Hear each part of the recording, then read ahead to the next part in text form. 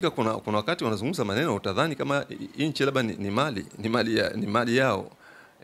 Na watu wamefika mahali wanaamini hivyo kwamba wale waliokuwa madarakani toka wakati wa kupigania uhuru, basi hiki chama ni mali ya hii nchi ni mali yao.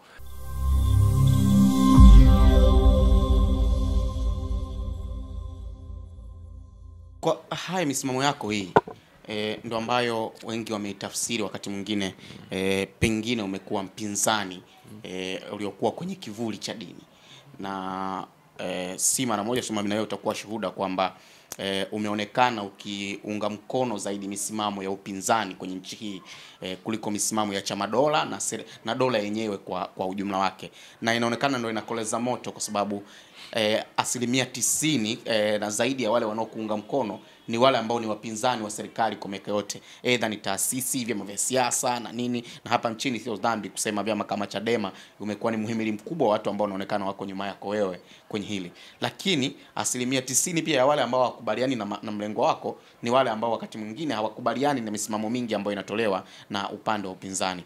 Unawezaje kujichojoa kwenye hoja hii kwamba hautumiki na vyama vya siasa hususan vya upinzani kupigilia nyundo yale ambayo kimsingi yanatengenezwa na upande wa chama dola, wakati hali kwenye mazingira ya aina hiyo? Kwanza niseme kwamba nchi yetu kihistoria iko nchi ya vyama vingi huko nyuma. Baadaye wakati wa awamu ya kwanza wakafuta vyama vyote vya siasa, na mwaka 92 tukarudia kwenye vyama vingi vya siasa. Hii ilikuwa ni kupanua wigo wa wananchi kushiriki katika yale mambo ya msingi ya haki zao za kuchagua na kuchaguliwa. Kwa hivyo katika watu wanaoingia kwenye hizo haki za kuchagua na kuchaguliwa, ambayo ni haki ya kikatiba, viongozi wa dini wanaingia pia. Kwa hivyo sio kwamba unaweza ukashangaa kumwona kiongozi wa dini yuko kwenye chama cha upinzani.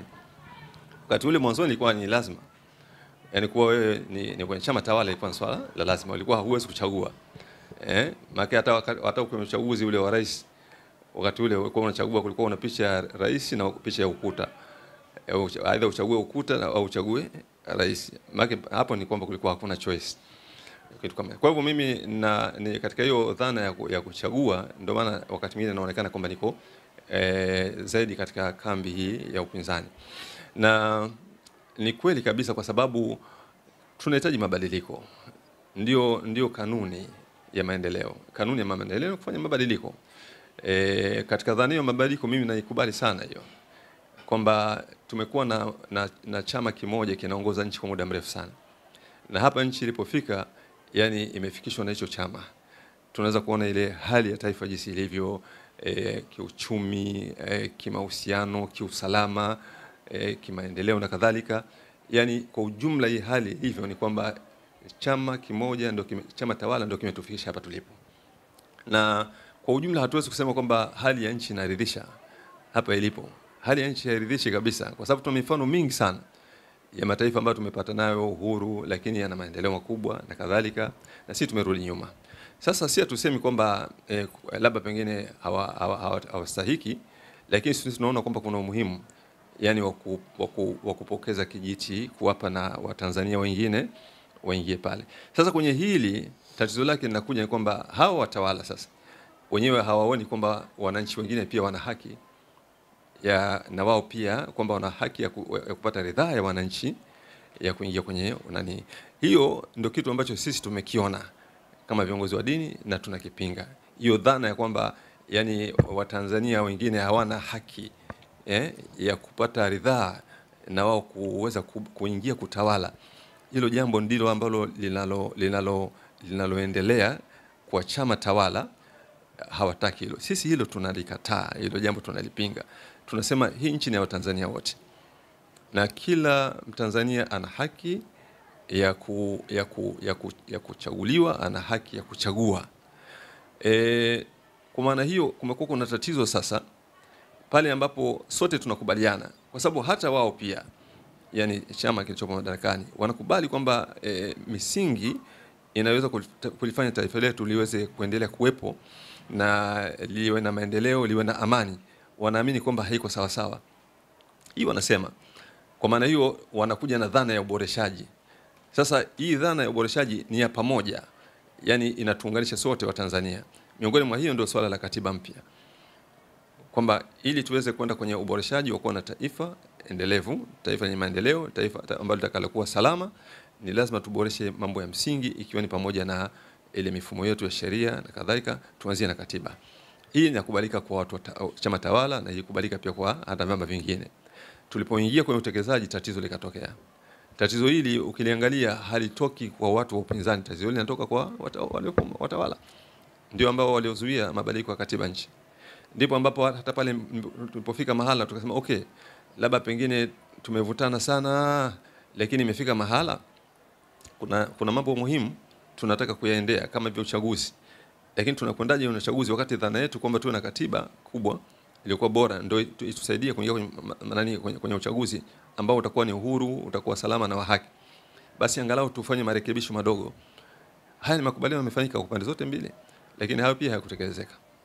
Sasa huu mwenendo hakuna kiongozi wa dini ambaye anaweza akakubalia. Kwa hivyo tunalazimika kusema kwamba ni lazima yale mambo ya msingi kuwepo na mabadiliko katika mambo ya msingi, na yale ambayo tunakubaliana ni lazima yatekelezwe. Haya ni makubaliano yanafanyika hadharani na pande zote. Kwa mfano swala la kuwa na minimum reform ni jambo ambalo limekubalika na pande zote mbili. Leo hii imefika mahala watawala hawataki kutekeleza. Kama hamtaki kutekeleza, matokeo yake ni kwamba mnaleta dhana ya vurugu, mnaleta dhana ambayo itapelekea kutokuelewana katika taifa. Kwa hivyo kimsingi hiyo unaosema wewe, nafikiri ukiyafuata maelezo yangu inaweza katafsiri. Inaweza ikaweka tafsiri ya wazi ya hiyo dhana kwamba uko katika vyama zaidi vya upinzani na hauko zaidi katika chama tawala. Mimi ni mtu ambaye nafikiria mabadiliko. Naamini kwamba ni jambo zuri, linaweza kuwasaidia Watanzania. Hakuna sababu ya miaka 60 yani mpaka imefika mahala mnajenga dhana kwamba labda nchi, mpaka hata wao wenyewe imefika kuna wakati wanazungumza maneno utadhani kama nchi labda ni mali yao. Na watu wamefika mahali wanaamini hivyo kwamba wale waliokuwa madarakani toka wakati wa kupigania uhuru, basi hiki chama ni mali ya taifa, nchi ni mali yao. Sasa hii inatokana na wenzetu wanafanya mabadiliko katika mataifa mbalimbali. Chama hiki kinatawala, baada muda kinaingia Republican, Sweden Democratic na wapata maendeleo makubwa sana. Sisi tumekuwa na chama ambacho kimeonekana kabisa kwamba utafindo Mungu amekishusha hapa, kwamba bwana yenyewe Tanzania nimekushushieni, angalieni kwenye Qur'ani au kwenye Biblia, kwenye Injili imekushusheni humo chama ambacho ndio cha kwenu hicho mpaka mwisho wa kiyama. Lakini shehe, hawa watu sio kwamba wanajiweka madarakani na uongozi wa nchi sio marathon kwamba mimi nitakimbia nitamkabidhi kijiti Fadhili atachukua kijiti akipeleka Sheponda. Sio hivyo. Ni watu ambao kila baada ya muda fulani ikifika, tena tumeshatengeneza utaratibu wa miaka 5, wanauza sera, wanarudi kwa wananchi. Kwa hiyo sio kwamba wao wanajiweka kwa miaka yote hiyo, la hasha. Kweli tunakubaliana kwamba kulikuwa na mfumo wa chama kimoja, picha labda na kivuli. Yes, na ndio maana wakaja kufanya reform kwa mwaka 92, lakini tangu tukichukua mwaka 1995 mpaka sasa tunazungumza, hawa watu kila baada ya miaka 5 wamekuwa wakirudi tena kwa watu kuja kuuza tena sera zao. Ni sisi inawezekana. Sasa shida ni moja kwamba haiwezekani wakaungwa mkono kwa 100%, lakini asilimia kubwa kati ya hiyo 100, asilimia kubwa ya watu wanaunga mkono, na ndio maana wanaendelea kubaki kwenye ile eneo. Unaposema ya kwamba watu wanabadilishana huko nje na nini na inaweza ikatengeneza taswira tofauti, azifu kwamba siku moja wakae tu waseme kwamba sasa nyinyi fulani nendeni. Hapana, kwani uone kwamba haya yanayozungumzwa inawezekana msingi wake ni wananchi wenyewe, kwa sababu wao ndio wameamua kuwaweka kwenye hicho kiti. Mimi nilihudhuria katika mkutano ulikuwa ni mkutano mkuu wa chama cha ACT Wazalendo. Hivi karibuni ulifanyika pale Mlimani City kule. Mmoja katika watu walikuwa pale alikuwa ni makamu wa kwanza, alikuwa makamu mwenyekiti wa Chama cha Mapinduzi. Alikuwa hajaondoka wakati wa Mheshimiwa Abdulrahman Kinana. Katika mazungumzo yale alikuwa anawaahidi wananchi, akaahidi kwamba uchaguzi unaokuja, ndugu zangu, utakuwa uchaguzi uhuru na wa haki, na akasema kwamba hautakuwa kama ule uchaguzi wa 2020, si ndio? Sasa huo uchaguzi wa 2020 utakuwa, kwa nini watu wanazungumzia 2020? Ni kwamba hapakuwa na uchaguzi. Yani tulikwenda kwa wananchi kama hivyo. Lakini kilichotokea hapakuwa na uchaguzi pamoja na kwenda kwa wananchi. Haya ndio yanayofanyika. Yani swala la kwamba 2020 kwamba hapakuwa na uchaguzi, kwa maana kwamba yani utawala ulioingia madarakani wakati ule haukupata ridhaa wananchi. Hiyo haisemwi na watu wa upinzani tu. wala sehemu na mtu, wanasema wao wenyewe. Mmoja wapo ndio nakwambia alizungumza ni Mheshimiwa Abdulrahman Kinana, akatoa ahadi kwamba haitarudiwa ile iliyotokea 2020. Kwa hivyo kwenye ile nukta yako kwamba huwa wanarudi kwa wananchi, huko kwa wananchi ndio kuna matatizo makubwa. Ile misingi ambayo tumezungumza hapa huwa haizingatiwi. Kwa hivyo wanakwenda kule kwa wananchi kama fledge tu, yani kama vile kwenda kuonesha tu kwamba tumekwenda kwa wananchi, lakini tayari huwa matokeo yameshafahamika kwamba wanakwenda kule kwa wananchi kwa lengo gani. Kwa hivyo tukimsingi tunazungumzia hizi, ndio maana tunazungumza umuhimu wa kutekeleza yale mambo ya msingi ambayo tunakubaliana kwamba haya tuyatekeleze ili tuweze kuwa na uchaguzi huru na wa haki.